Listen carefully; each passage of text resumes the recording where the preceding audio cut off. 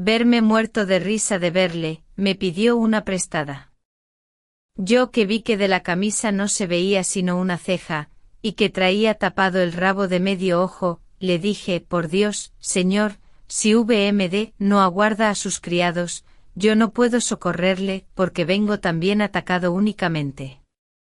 Si hace VMD burla, dijo él con las cachondas de la mano, vaya, porque no entiendo eso de los criados. Y aclaróseme tanto en materia de ser pobre, que me confesó, a media legua que anduvimos, que si no le hacía merced de dejarle subir en el borrico un rato no le era posible pasar adelante por ir cansado de caminar con las bragas en los puños. Y movido a compasión, me apeé, y como él no podía soltar las calzas, húbele yo de subir. Y espantóme lo que descubrí en el tocamiento porque por la parte de atrás, que cubría la capa, traía las cuchilladas con entretelas de nalga pura. El que sintió lo que le había visto como discreto se previno diciendo, señor licenciado, no es oro todo lo que reluce.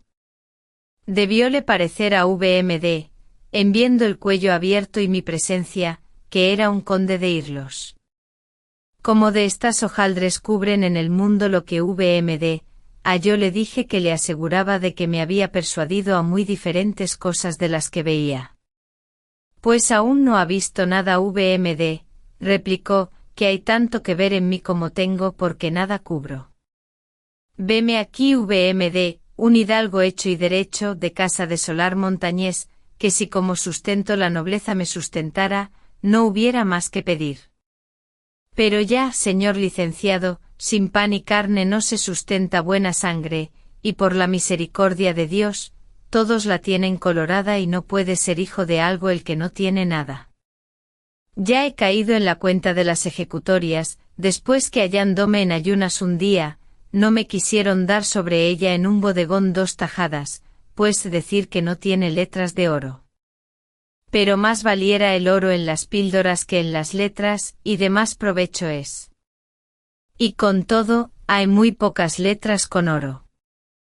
He vendido hasta mi sepultura, por no tener sobre qué caer muerto, que la hacienda de mi padre Toribio Rodríguez Vallejo Gómez de Ampuero, que todos estos nombres tenía, se perdió en una fianza. Solo el don me ha quedado por vender y soy tan desgraciado que no hallo nadie con necesidad de él, pues quien no le tiene por ante le tiene por postre, como el remendón, azadón, pendón, blandón, confieso que aunque iban mezcladas con risa, las calamidades del dicho hidalgo me enternecieron. Preguntéle cómo se llamaba y a dónde iba y a qué. Dijo que todos los nombres de su padre, don Toribio Rodríguez Vallejo Gómez de Ampuero y Jordán.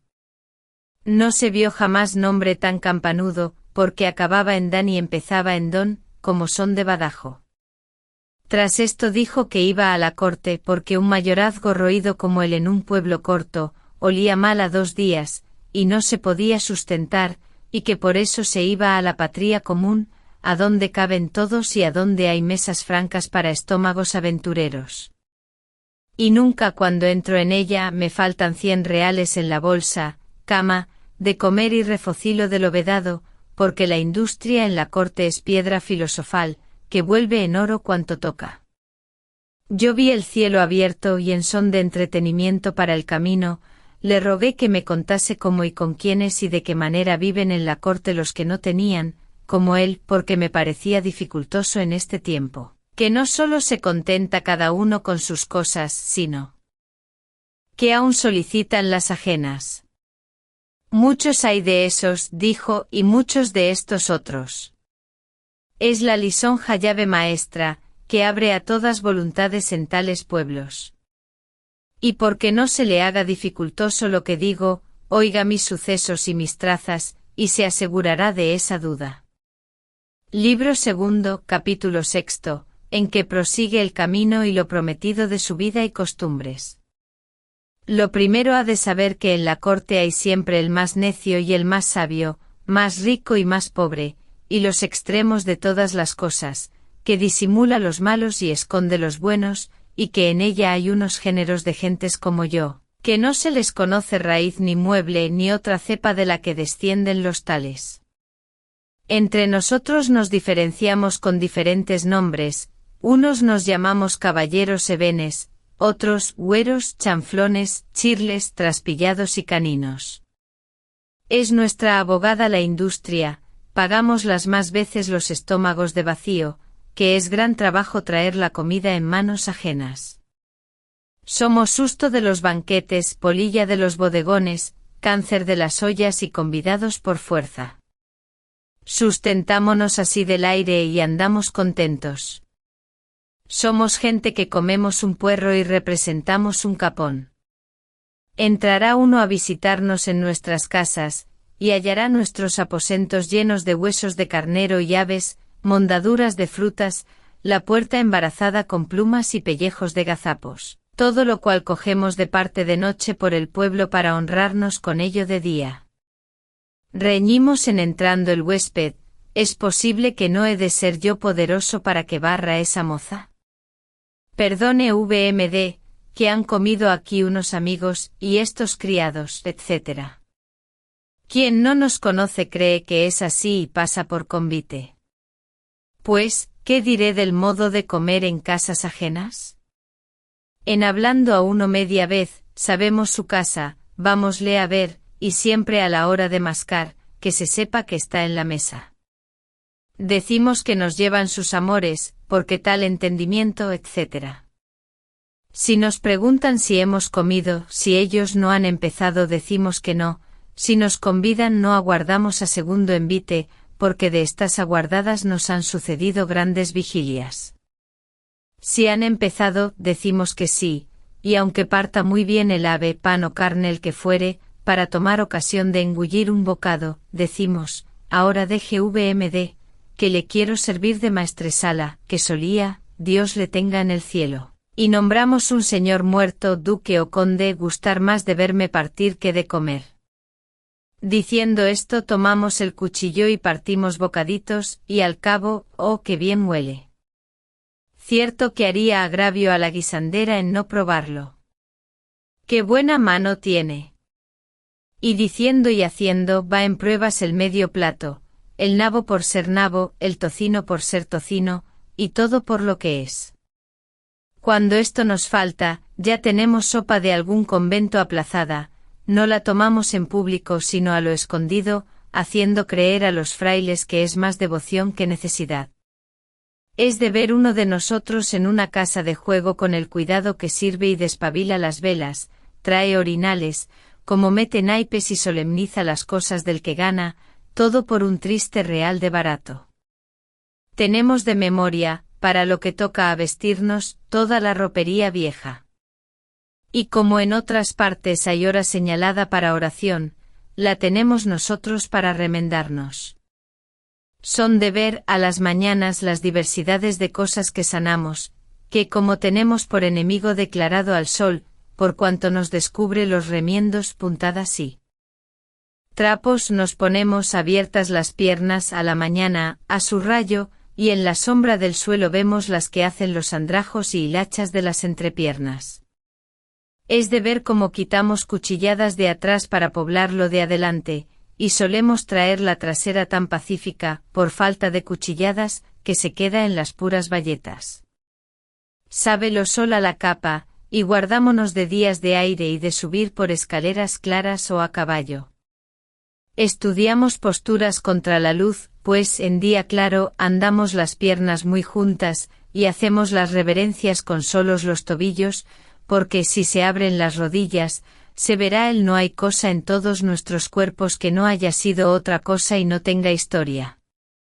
Verbi gratia, bien VMD dijo, esta ropilla, pues primero fue Gregüescos, nieta de una capa y bisnieta de un capuz, que fue en su principio, y ahora espera salir para soletas y otras cosas.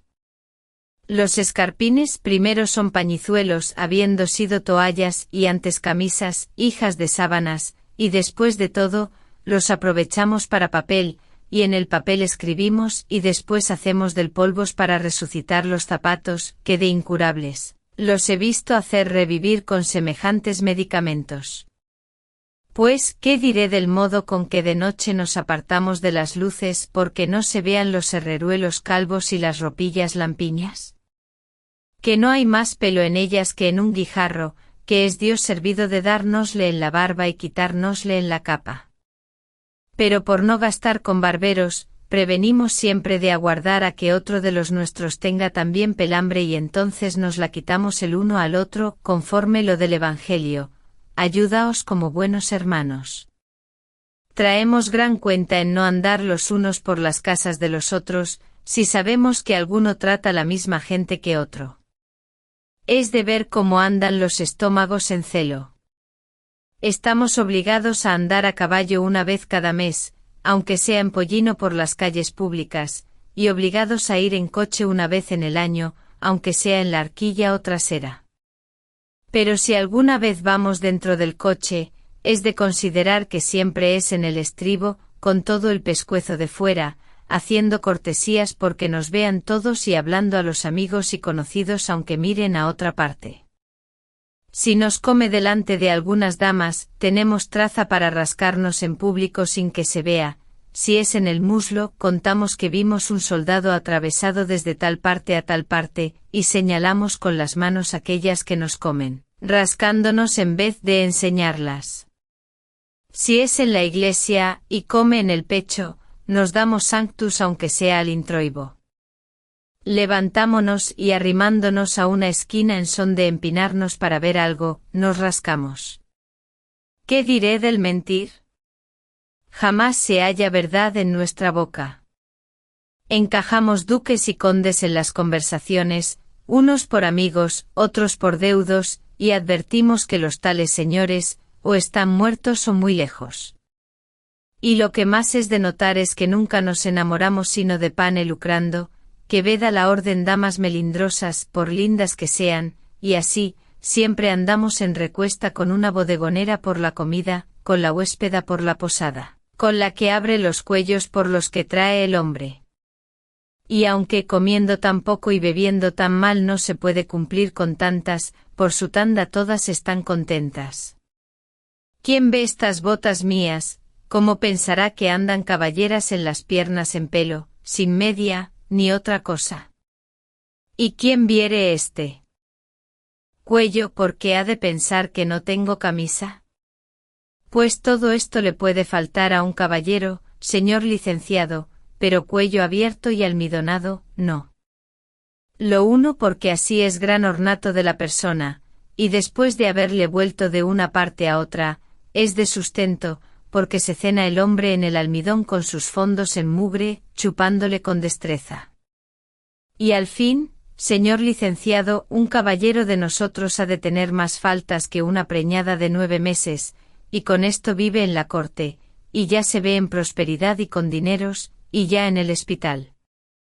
Pero en fin, se vive y el que se sabe bandear es rey con poco que tenga. Tanto gusté de las extrañas maneras de vivir del hidalgo, y tanto me embebecí, que divertido con ellas y con otras, me llegué a pie hasta Las Rozas, a donde nos quedamos aquella noche. Cenó conmigo el dicho hidalgo que no traía blanca y yo me hallaba obligado a sus avisos, porque con ellos abrí los ojos a muchas cosas, inclinándome a la chirlería.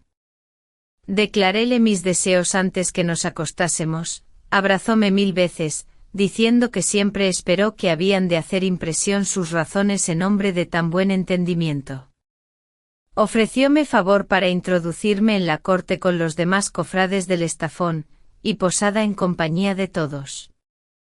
Aceptéla, no declarándole que tenía los escudos que llevaba, sino hasta 100 reales solos, los cuales bastaron, con la buena obra que le había hecho y hacía, a obligarle a mi amistad.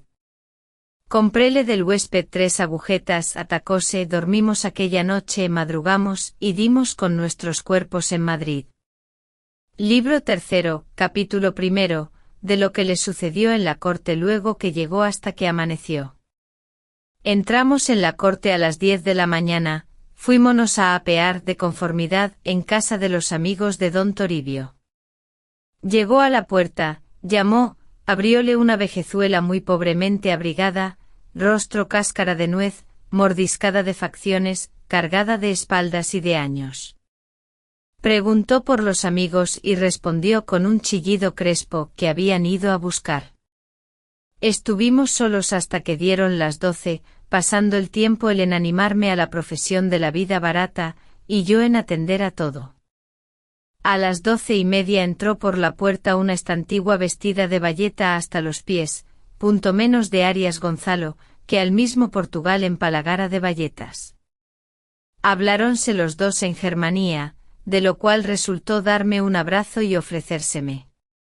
Hablamos un rato y sacó un guante con 16 reales, y una carta, con la cual, diciendo que era licencia para pedir para una pobre, los había allegado. Vació el guante y sacó otro y doblólos a usanza de médico. Yo le pregunté que por qué no se los ponía y dijo que por ser entrambos de una mano, que era treta para tener guantes. A todo esto noté que no se desarrebozaba, y pregunté como nuevo para saber la causa de estar siempre envuelto en la capa, a lo cual, hijo, tengo en las espaldas una gatera, acompañada de un remiendo de lanilla y de una mancha de aceite, que en mi ato. Aunque caminéis a cualquiera parte nunca saldréis de la mancha, que parece que hago caravanas para lechuza o que retozo con algunos candiles. Este pedazo de arrebozo lo disimula todo. Desarrebozóse y hallé que debajo de la sotana traía gran bulto. Yo pensé que eran calzas, porque eran a modo de ellas, cuando él, para entrarse a expulgar, se arremangó, y vi que eran 2 rodajas de cartón que traía atadas a la cintura y encajadas en los muslos, de suerte que hacían apariencia debajo del luto, porque el tal no traía camisa ni gregüescos, que apenas tenía que expulgar según andaba desnudo. Entró al expulgadero y volvió una tablilla como las que ponen en las sacristías, que decía, expulgador hay, porque no entrase otro. Grandes gracias di a Dios viendo cuanto dio a los hombres en darles industria, ya que les quitase riquezas. Yo, dijo mi buen amigo, vengo del camino con mal de calzas, y así me habré menester recoger a remendar. Preguntó si había algunos retazos, que la vieja recogía trapos 2 días en la semana por las calles, como las que tratan en papel, para acomodar jubones incurables, ropillas tísicas y con dolor de costado de los caballeros. Dijo que no y que por falta de harapos se estaba, 15 días había, en la cama, de mal de Zaragüelles, don Lorenzo Iñíguez del Pedroso. En esto estábamos cuando vino uno con sus botas de camino y su vestido pardo, con un sombrero prendidas las faldas por los 2 lados. Supo mi venida de los demás y hablóme con mucho afecto. Quitóse la capa, y traía, mire VMD, quien tal pensara, la ropilla de pardo paño la delantera, y la trasera de lienzo blanco con sus fondos en sudor. No pude tener la risa, y él con gran disimulación, dijo, haráse a las armas, y no se reirá. Yo apostaré que no sabe por qué traigo este sombrero con la falda presa arriba. Yo dije que por galantería y por dar lugar a la vista. Antes por estorbarla, dijo, sepa que es porque no tiene toquilla, y que así no lo echan de ver. Y diciendo esto sacó más de 20 cartas y otros tantos reales, diciendo que no había podido dar aquellas. Traía cada una un real de porte, y eran hechas por él mismo. Ponía la firma de quien le parecía, escribía nuevas que inventaba a las personas más honradas y dábalas en aquel traje cobrando los portes. Y esto hacía cada mes, cosa que me espantó ver la novedad de la vida. Entraron luego otros 2, el uno con una ropilla de paño, larga hasta el medio balón y su capa de lo mismo, levantando el cuello porque no se viese el anjeo, que estaba roto. Los balones eran de chamelote, mas no era más de lo que se descubría, y lo demás de bayeta colorada. Este venía dando voces con el otro que traía balona por no tener cuello, y unos frascos por no tener capa, y una muleta con una pierna liada en trapajos y pellejos por no tener más de una calza. Hacíase soldado, y habíalo sido en los alojamientos y hasta la mar. Contaba extraños servicios suyos, y a título de soldado entraba en cualquiera parte. Decía el de la ropilla y casi gregüescos, la mitad me debéis o por lo menos mucha parte, y si no me la dais juro a Dios.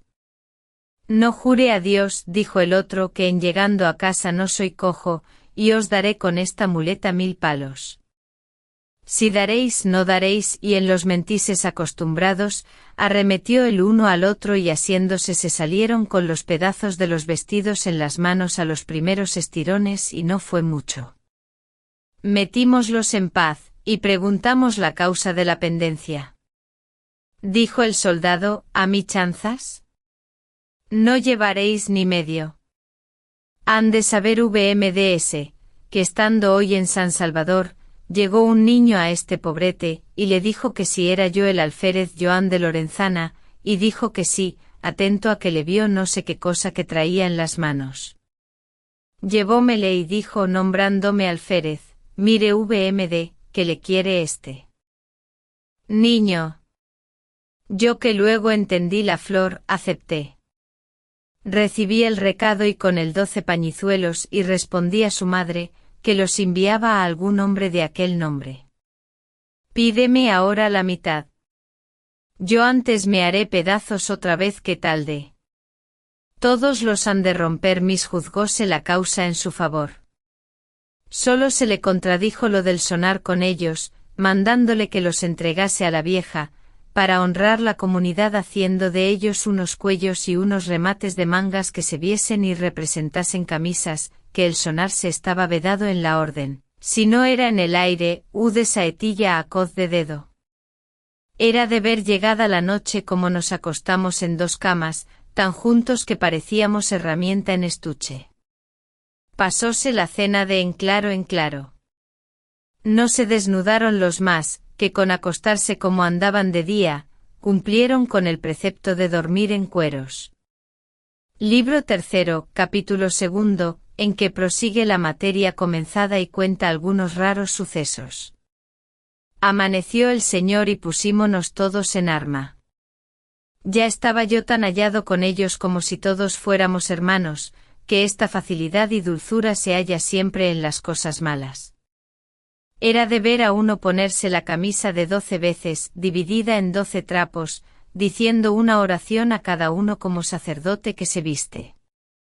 A cual se le perdía una pierna en los callejones de las calzas y la venía a hallar donde menos convenía asomada.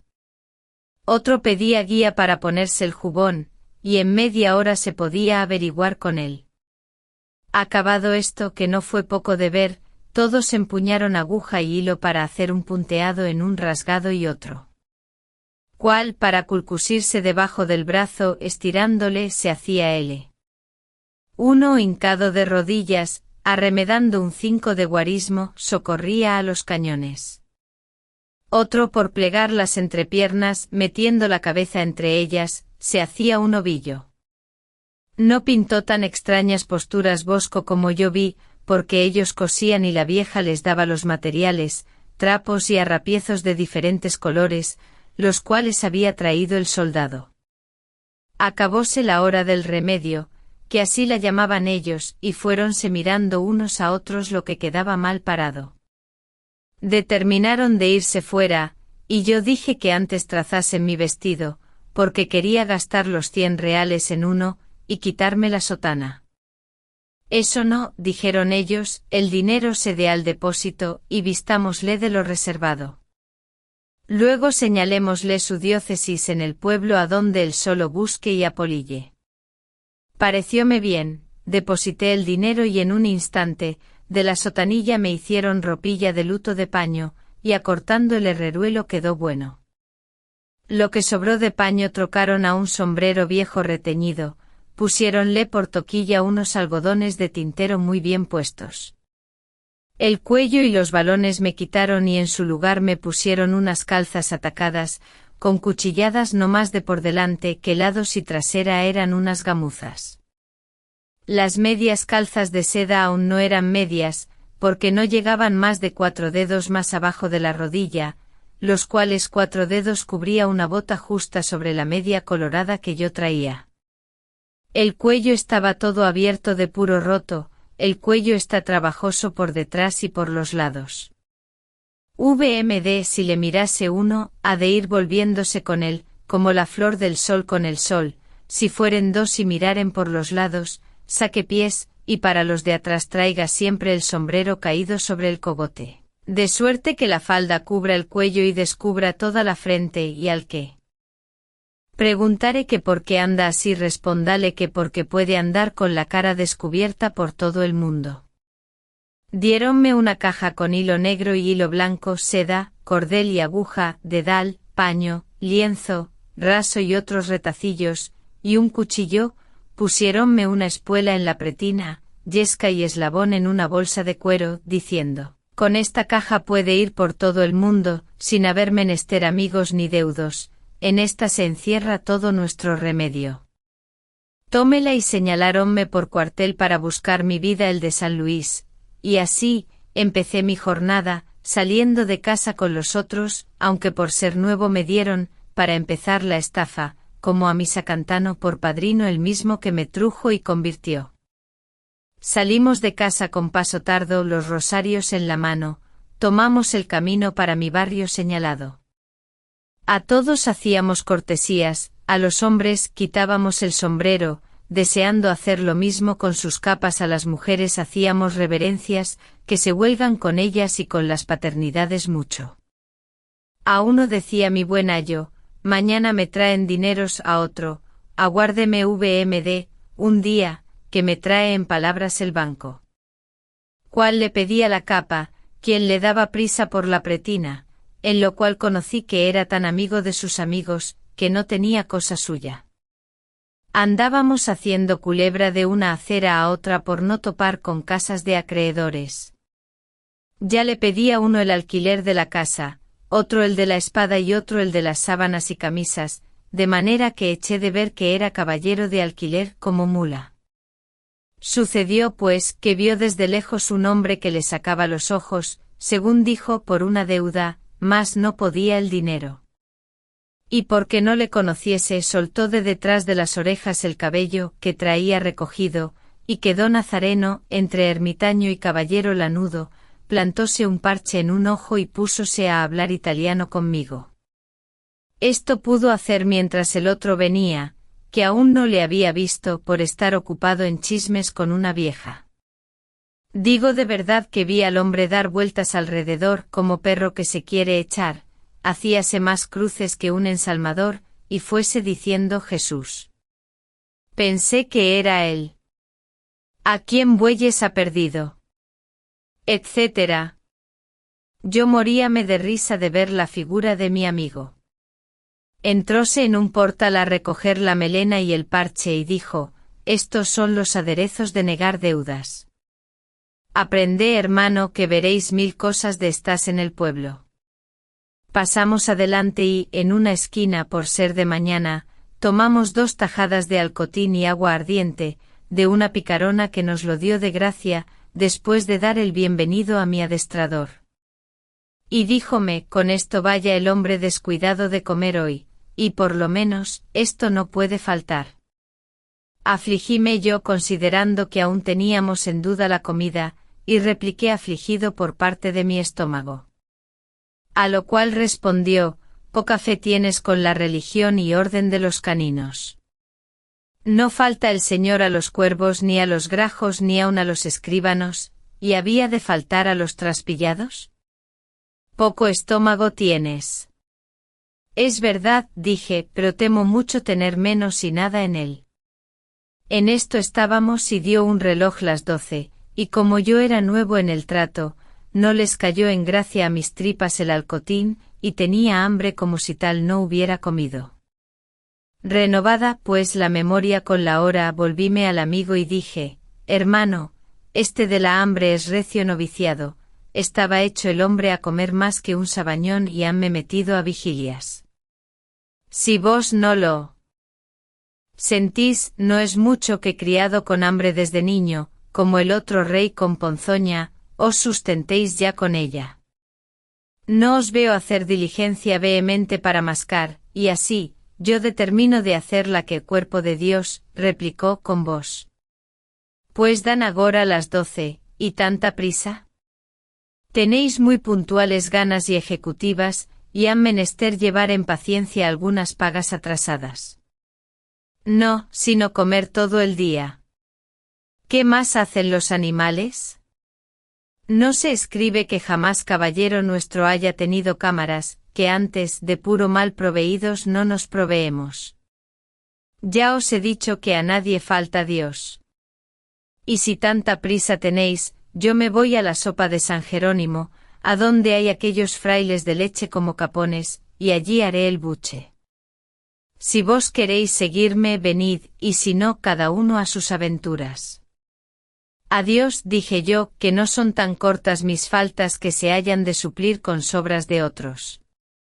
Cada uno eche por su calle.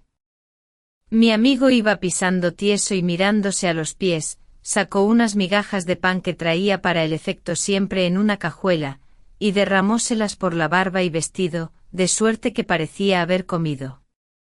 Ya yo iba tosiendo y escarbando por disimular mi flaqueza, limpiándome los bigotes, arrebozado y la capa sobre el hombro izquierdo, jugando con el decenario, que lo era porque no tenía más de 10 cuentas. Todos los que me veían me juzgaban por comido, y si fuera de piojos, no erraran. Iba yo fiando en mis escudillos aunque me remordía la conciencia el ser contra la orden comer a su costa quien vive de tripas horras en el mundo. Yo me iba determinando a quebrar el ayuno, y llegué con esto a la esquina de la calle de San Luis, a donde vivía un pastelero.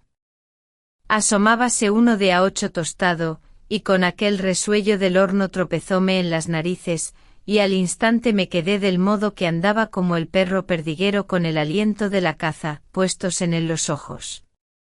Le miré con tanto ahínco que se secó el pastel como un ahojado. Allí es de contemplar las trazas que yo daba para hurtarle, resolvíame otra vez a pagarlo. En esto me dio la una. Angustiéme de manera que me determiné a zamparme en un bodegón de los que están por allí. Yo que iba haciendo punta a uno, Dios que lo quiso, topo con un licenciado Flechilla, amigo mío, que venía aldeando por la calle abajo con más barros que la cara de un sanguino y tantos rabos que parecía chirrión con sotana, pulpo graduado o mercader que cargaba para Italia. Arremetió a mí en viéndome que según estaba fue mucho conocerme. Yo le abracé, preguntóme cómo estaba, señor licenciado, que de cosas tengo que contarle. Solo me pesa de que me he de ir esta noche y no habrá lugar. Eso me pesa a mí, replicó, y si no fuera por ser tarde y voy con prisa a comer, me detuviera más, porque me aguarda una hermana casada, que aquí está mi señora Ana. Aunque lo deje todo, vamos, que quiero hacer lo que estoy obligado. Abrí los ojos oyendo que no había comido. Fuime con él y empecéle a contar que una mujercilla que él había querido mucho en Alcalá sabía yo dónde estaba, y que le podía dar entrada en su casa. Pegósele luego al alma el envite, que fue industria tratarle de cosa de gusto. Llegamos tratando en ello a su casa. Entramos, yo me ofrecí mucho a su cuñado y hermana, y ellos, no persuadiéndose a otra cosa sino a que yo venía convidado por venir a tal hora, comenzaron a decir que si lo supieran que habían de tener tan buen huésped que hubieran prevenido algo. Yo cogí la ocasión y convidém, diciendo que yo era de casa y amigo viejo, y que se me hiciera agravio en tratarme con cumplimiento.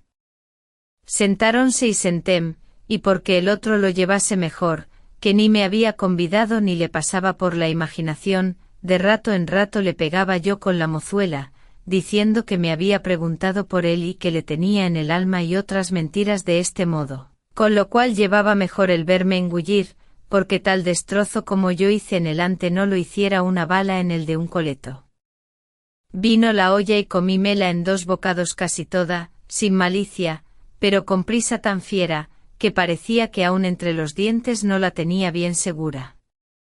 Dios es mi padre, que no come un cuerpo más presto el montón de la antigua de Valladolid, que le deshace en 24 horas, que yo despaché el ordinario, pues fue con más prisa que un extraordinario el correo. Ellos bien debían notar los fieros tragos del caldo y el modo de agotar la escudilla, la persecución de los huesos y el destrozo de la carne. Y si va a decir verdad, entre burla y juego, empedré la faltriquera de mendrugos. Levantóse la mesa, apartámonos yo y el licenciado a hablar de la ida en casa de la dicha. Yo se lo facilité mucho. Y estando hablando con él a una ventana, hice que me llamaban de la calle, y dije, ¿a mí, señor? Ya bajo. Pedíle licencia, diciendo que luego volvía. Quedóme aguardando hasta hoy, que desaparecí por lo del pan comido y la compañía deshecha. Topóme otras muchas veces y disculpém con él contándole 1000 embustes que no importan para el caso. Fuime por las calles de Dios, llegué a la puerta de Guadalajara, y sentéme en un banco de los que tienen en sus puertas los mercaderes. Quiso Dios que llegaron a la tienda 2 de las que piden prestado sobre sus caras, tapadas de medio ojo con su vieja y pajecillo. Preguntaron si había algún terciopelo de labor extraordinaria. Yo empecé luego para trabar conversación, a jugar del vocablo, de razón. Sentí que les había dado mi libertad algún seguro de algo de la tienda, y yo como quien no aventuraba a perder nada, ofrecílas lo que quisiesen. Regatearon diciendo que no tomaban de quien no conocían. Yo me aproveché de la ocasión diciendo que había sido atrevimiento ofrecerles nada, pero que me hiciesen merced de aceptar unas telas que me habían traído de Milán, que a la noche llevaría un paje que les dije que era mío por estar enfrente aguardando a su amo, que estaba en otra tienda, por lo cual estaba descaperuzado. Y para que me tuviesen por hombre de partes y conocido no hacía sino quitar el sombrero a todos los oidores y caballeros que pasaban, y sin conocer a ninguno les hacía cortesías como si los tratara familiarmente. Ellas se cegaron con esto y con unos 100 escudos en oro que yo saqué de los que traía, con achaque de dar limosna a un pobre que me la pidió. Pareciólas irse por ser ya tarde y así me pidieron licencia, advirtiéndome con el secreto que había de ir el paje. Yo las pedí por favor y como en gracia un rosario engazado en oro que llevaba la más bonita de ellas, en prendas de que las había de ver a otro día sin falta. Regatearon dármele, yo les ofrecía en prendas los 100 escudos, y dijéronme su casa, y con intento de estafarme en más se fiaron de mí y preguntáronme mi posada, diciendo que no podía entrar paje en la suya a todas horas, por ser gente principal.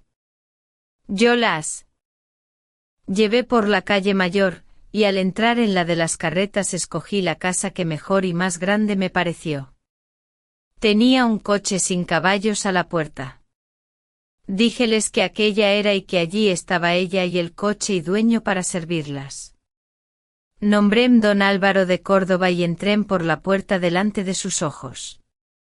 Y acuerdóme que cuando salimos de la tienda llamé uno de los pajes, con gran autoridad con la mano. Hice que le decía que se quedasen todos y que me aguardasen allí, que así dije yo que lo había dicho y la verdad es que le